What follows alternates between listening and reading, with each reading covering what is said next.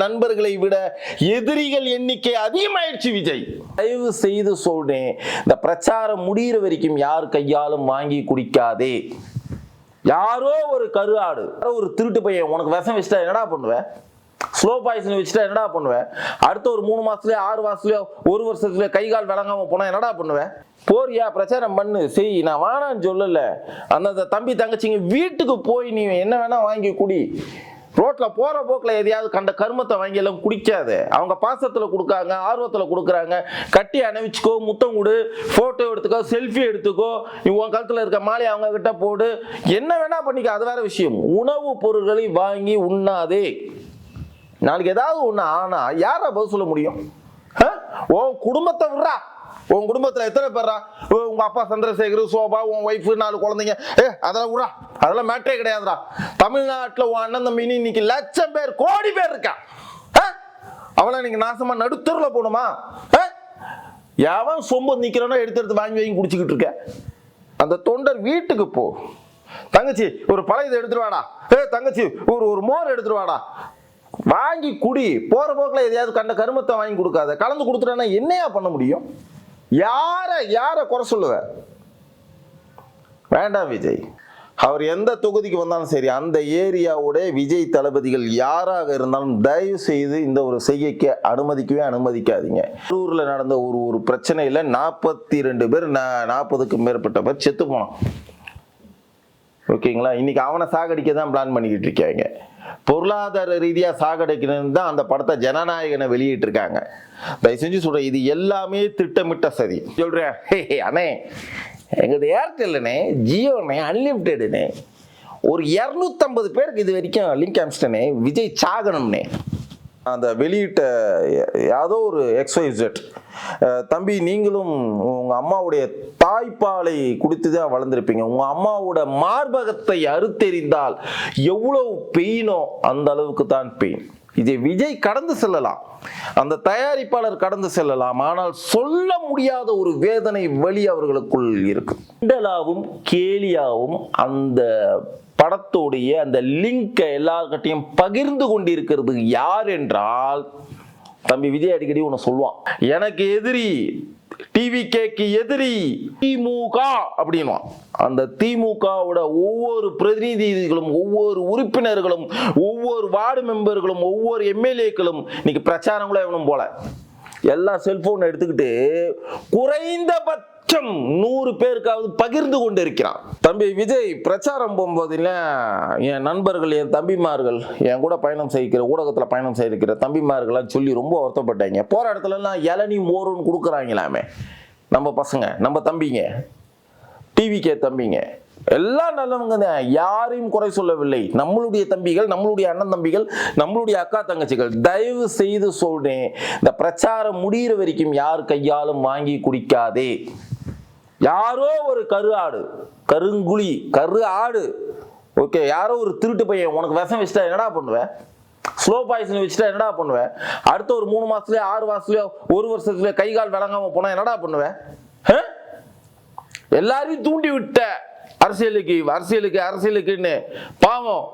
இன்னைக்கு அரசியலே தெரியாதவன் சினிமா மட்டும் பார்த்துக்கிட்டு இருந்த நம்ம தம்பிமார்கள்லாம் இன்னைக்கு உலக அரசியல் பேசிக்கிட்டு இருக்கான். அவனையெல்லாம் ஏமாத்திராத தயவு செஞ்சு. போறியா, பிரச்சாரம் பண்ணு, செய். நான் வேணான்னு சொல்லல. அந்த தம்பி தங்கச்சிங்க வீட்டுக்கு போய் நீ என்ன வேணா வாங்கி குடி. ரோட்ல போற போக்குல எதையாவது கண்ட கருமத்தை வாங்கி எல்லாம் குடிக்காத. அவங்க பாசத்துல கொடுக்காங்க, ஆர்வத்துல கொடுக்குறாங்க. கட்டி அணைவிச்சுக்கோ, முத்தம் கொடு, போட்டோ எடுத்துக்கோ, செல்ஃபி எடுத்துக்கோ, உன் கழுத்துல இருக்க மாலை அவங்க கிட்ட போடு, என்ன வேணா பண்ணிக்க, அது வேற விஷயம். உணவு பொருட்களை வாங்கி உண்ணாதே. நாளைக்கு ஏதாவது ஒண்ணு ஆனா யார பதில் சொல்ல முடியும்? உன் குடும்பத்தை விடுறா. உன் குடும்பத்துல எத்தனை பேர்ரா? உங்க அப்பா சந்திரசேகர், சோபா, உன் ஒய்ஃபு, 4 குழந்தைங்க, அதெல்லாம் விடா, அதெல்லாம் மேட்டரே கிடையாதுடா. தமிழ்நாட்டில் உன் அண்ணன் தம்பின்னு இன்னைக்கு லட்சம் பேர், கோடி பேர் இருக்கா. அவளை நீங்க நாசமா நடுத்தருல போகணுமா? எவன் சொம்பு நிக்கிறோன்னா எடுத்து வாங்கி வாங்கி குடிச்சுக்கிட்டு இருக்க. அரசியலா பண்ண. உனக்கு எதிரி நண்பர்களை விட எதிரிகள் எண்ணிக்கை அதிகமாயிடுச்சு விஜய். நான் ஒரு ஆதங்கத்துல சொல்றேன், இன்னைக்கு அதிமுக திமுக அதிமுக திமுக இதை தாண்டி மாற்று கட்சி அப்படின்னு பாத்தீங்கன்னா பிஜேபி காங்கிரஸ் அதை தாண்டி வேற கட்சியே இல்லை. மத்தியில் மாநிலம், மத்தியில் மாநிலம். இதை தாண்டி வேற ஒருத்தன் வருவானான்னு எதிர்பார்க்கிற இந்த சூழ்நிலையை நீ நாசமாக்கிறார். அதுதான் சொல்லுவேன். நீ தயவு செஞ்சு நீ நாசமாக்காது. உனக்கு வேணுமா அந்த தொண்டர் வீட்டுக்கு போ. தங்கச்சி ஒரு பழையதை எடுத்துட்டு வாடா, தங்கச்சி ஒரு மோர் எடுத்துட்டு வாடா, வாங்கி குடி. போற போக்கில் எதையாவது கண்ட கருமத்தை வாங்கி கொடுக்காத. கலந்து கொடுத்துட்டா என்னையா பண்ண முடியும்? யார குறை சொல்லுவ? வேண்டாம் விஜய்.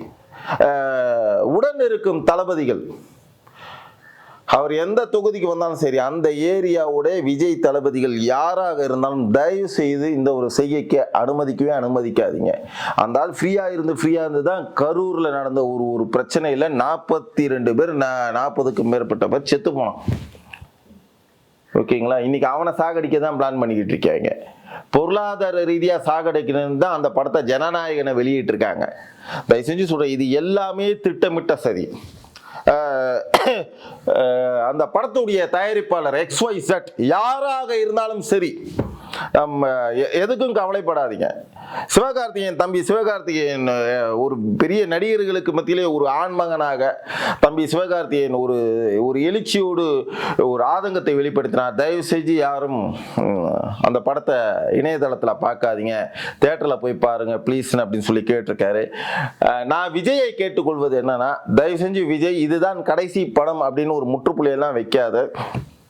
பொருளாதார ரீதியா எந்த ஒரு யாரும் உன்னை நம்பி வந்த தயாரிப்பாளர் யாரும் தொய்வு அடையக்கூடாது, நஷ்டமாக கூடாது. தயவு செஞ்சு எலெக்ஷன் முடிஞ்ச உடனே, ஓகேவா, எலெக்ஷன் முடிஞ்ச உடனே ஒரு 40 நாட்களை ஒதுக்கி ஒரு 2 ஷெடியூல் 3 ஷெடியூலாக ஒதுக்கி தயவு செஞ்சு இன்னொரு படத்தை தயவு செஞ்சு அதே தயாரிப்பாளருக்கு நீ பண்ணி கொடுக்குற.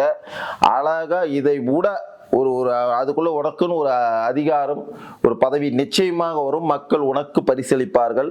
மக்களுக்கு புதுசா ஒரு பரிசளிக்கும் விதமாக ஜனநாயக தான் இது கடைசி படம் என்பதை ஓரங்கட்டி விட்டு புதிய திரைப்படம் இதை விட ஒரு எழுச்சியாக, உத்வேகமாக, ஒரு புரட்சிகரமாக இந்த நாட்டுக்கு அர்ப்பணிடா. இதை விட ஜனநாயகத்தை விட கூட லட்சம் கோடி இந்த மக்கள் உனக்காக அன்பளிப்பா தருவாங்க. யாரையும் ஏமாத்திராத, தயவு செஞ்சு சோர்ந்து போகாத. ஓகேவா? நான் ஏமாத்திராதன்னு சொன்னது எதுக்காகன்னா,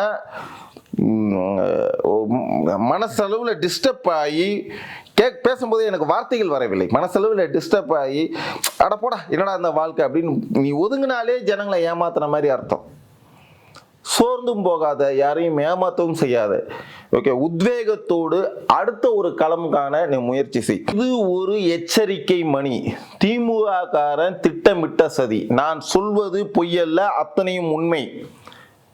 ஏதோ ஒரு வட்டக்கிளை செயலாளர் வண்டுமுறியன் ஒன்றும் 7 GB ஜனநாயகனை டவுன்லோட் பண்ணி எல்லா இடத்துக்கும் பப்ளிசிட்டி பண்றதா நினைக்காதீங்க. இதுக்கு யாரோ ஒரு XYZ உட்கார்ந்து பொருளாதார ரீதியா தளபதி விஜயை நாசமாக்கணும்னே ஒரு பிளான் பண்ணி நசுக்கி கொண்டு இருக்கிறார்கள் என்பது மட்டும்தான் உண்மை. இந்த மாதிரி சூழ்நிலையில விஜய்க்கு ரொம்ப ஆதரவா அவர் கூட டிராவல் பண்ணுங்க. அட்வைஸ் எல்லாம் பண்ணிட்டுலாம் இருக்காதீங்க. ஓகேவா? ஆதரவா இருங்க. ஸோ ஆஃப்டர் எலெக்ஷனுக்கு பிறகு மீண்டும் ஒரு படம் விஜய் திரும்பவும் நடிப்பார், ஒரு படம் நடிப்பார். இந்த படம் தோல்வியுறவில்லை. ஓகேங்களா? தோல்வியில உரல மக்களுக்கு ஏதோ ஒரு வகையில போய் சேர்ந்துருச்சுன்னு நீங்க நினைங்க, சந்தோஷம் நினைங்க. ஆனா திமுகவுடைய திட்டமிட்ட சதிக்கு முற்றுப்புள்ளி வைக்குமாக இதை விட பெட்டரா அதே டைரக்டரை கூப்பிடுங்க, இதை விட பெட்டரா அதே ப்ரொடியூசரை கூப்பிடுங்க, இதை விட அற்புதமாக ஒரு நல்ல படத்தை உருவாக்கி மக்களுக்கு சமர்ப்பியுங்கள். விஜய் பார்த்தீங்கன்னா இன்னைக்கு சென்னையிலேருந்து பிரச்சாரத்துக்காக விமான நிலையம் கடந்து போறாரு. நிருபர்களை பார்த்து எப்பவுமே புன்னகையோடு கையசைக்கிற தம்பி விஜய் பார்த்தீங்கன்னா இறுக்கமான மனநிலையோடு அவர் நிருபர்களை கடந்து போகிறாரு. அதை ஒரு தலைப்பு செய்தியா எல்லா ஊடகமும் போடுது.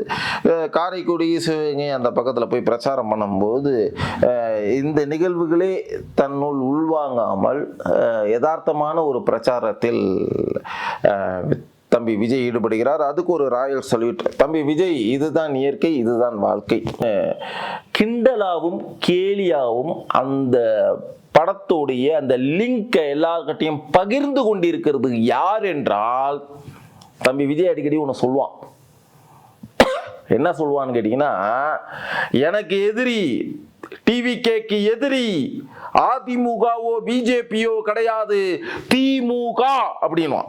அந்த திமுகவோட ஒவ்வொரு பிரதிநிதிகளும், ஒவ்வொரு உறுப்பினர்களும், ஒவ்வொரு வார்டு மெம்பர்களும், ஒவ்வொரு எம்எல்ஏக்களும் இன்னைக்கு பிரச்சாரங்களும் எவனும் போல எல்லா செல்போன் எடுத்துக்கிட்டு குறைந்தபட்சம் 100 பேருக்காவது பகிர்ந்து கொண்டு இருக்கிறான்.